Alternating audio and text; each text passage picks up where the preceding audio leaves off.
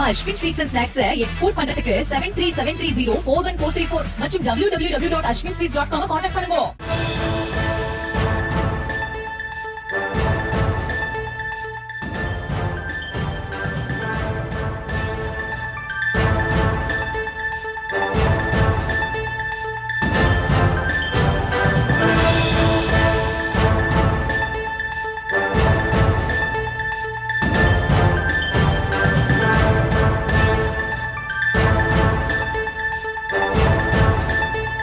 நெல்லை மாவட்டம் பெரும்பத்து கிராமத்தில் இருவர் படுகொலை செய்யப்பட்ட சம்பவத்திற்கு எதிர்க்கட்சித் தலைவர் எடப்பாடி பழனிசாமி கண்டனம் தெரிவித்துள்ளார். திமுக ஆட்சியில் பாலாறும் தேனாரும் மூடுவது போல கலராக ரீல் விளம்பரம் விடுவதாகவும் EPS தனது கண்டனத்தினை பதிவு செய்துள்ளார். திமுக ஆட்சியில் உண்மையில் இரத்த ஆறுதான் ஓடுகிறது என தமிழக அரசுக்கு எடப்பாடி பழனிசாமி கண்டனம் தெரிவித்துள்ளார். சமூக நிலை பாதுகாப்பு உணர்வை மக்களிடையே உறுதி செய்ய முடியாத அரசு இருந்து என்ன பயன் எனவும் தனது கண்டனத்தினை பதிவு செய்துள்ளார். கூடுதல் விவரோடு இணைந்தார் செய்தியாளர் லதா. வணக்கம் லதா, விவரம். வணக்கம். திமுக அரசை கண்டித்து அதிமுக பொதுச் செயலாளர் எடப்பாடி பழனிசாமி கண்டன பதிவு ஒன்றை வெளியிட்டிருக்கிறார்.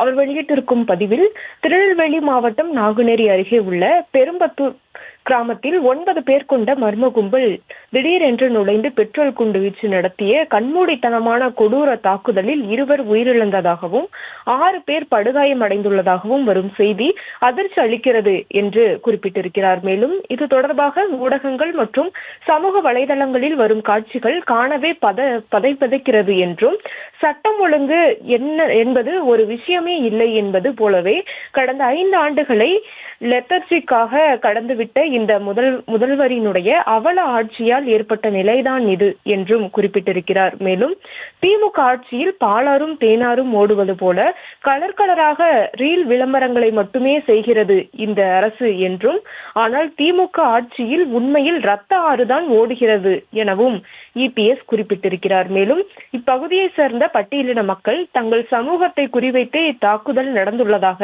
அச்சத்துடன் போராடி வருகின்றனர் என்றும், இந்த அச்சமும் பதற்றமும் தான் திமுக அரசின் சாதனையா? தொடர்ந்து இப்படி பதற்ற நிலையில் தமிழ்நாட்டை வைத்திருக்க வேண்டும் என திமுக அரசு நினைக்கிறதா என்பதே மக்களின் கேள்வியாக உள்ளது என்றும், சமூக சமநிலையை பாதுகாப்பு உணர்வை மக்களிடையே உறுதி செய்ய முடியாத இந்த அரசு இருந்து என்ன பயன் என்றும் EPS கேள்வி எழுப்பியிருக்கிறார். மேலும் சமூக மோதல்களை தடுக்க சட்டம் ஒழுங்கை சீர்படுத்த முடியாத இந்த திமுக அரசுக்கு எனது கடும் கண்டனம் என்றும், உடனடியாக இந்த கொடிய குற்ற சம்பவத்தில் தொடர்புள்ள குற்றவாளிகள் அனைவரையும் கைது செய்வதுடன் கடுமையான சட்ட நடவடிக்கைகளை மேற்கொள்ள வேண்டும் என்றும் திமுக அரசை எடப்பாடி பழனிசாமி வலியுறுத்தியிருக்கிறார்.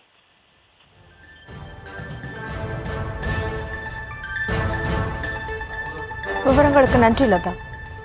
நம்ம Ashwin sweets and snacks export பண்றதுக்கு 7373041434 மற்றும் www.ashwinsweets.com கான்டாக்ட் பண்ணுங்க.